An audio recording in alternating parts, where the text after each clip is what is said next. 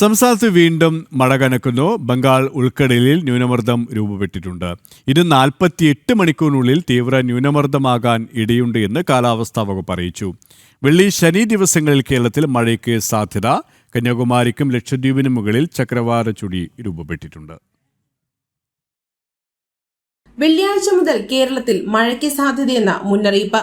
ബംഗാൾ ഉൾക്കടലിൽ ഭൂമധ്യരേഖയ്ക്ക് സമീപം രൂപപ്പെട്ട ചക്രവാത ചുഴി ന്യൂനമർദ്ദമായും തുടർന്ന് ശക്തി കൂടിയ ന്യൂനമർദ്ദമായും മാറി വ്യാഴം അല്ലെങ്കിൽ വെള്ളിയാഴ്ചയോടെ ശ്രീലങ്ക ഭാഗത്തെത്തുമെന്നാണ് പ്രതീക്ഷിക്കപ്പെടുന്നത്.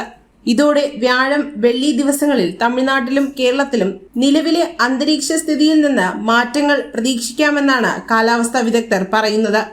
തെക്കൻ തമിഴ്നാട് മേഖലകളിൽ കൂടുതൽ മഴയ്ക്ക് സാധ്യതയുണ്ട്. വെള്ളിയാഴ്ച മുതൽ കേരളത്തിലും പ്രത്യേകിച്ച് മധ്യതെക്കൻ ജില്ലകളിൽ മഴ സാധ്യതയുണ്ടെന്നും മുന്നറിയിപ്പിൽ പറയുന്നു.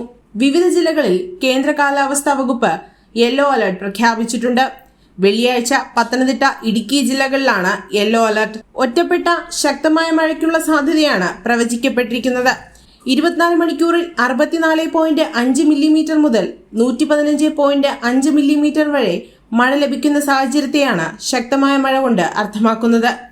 ജനം, തിരുവനന്തപുരം.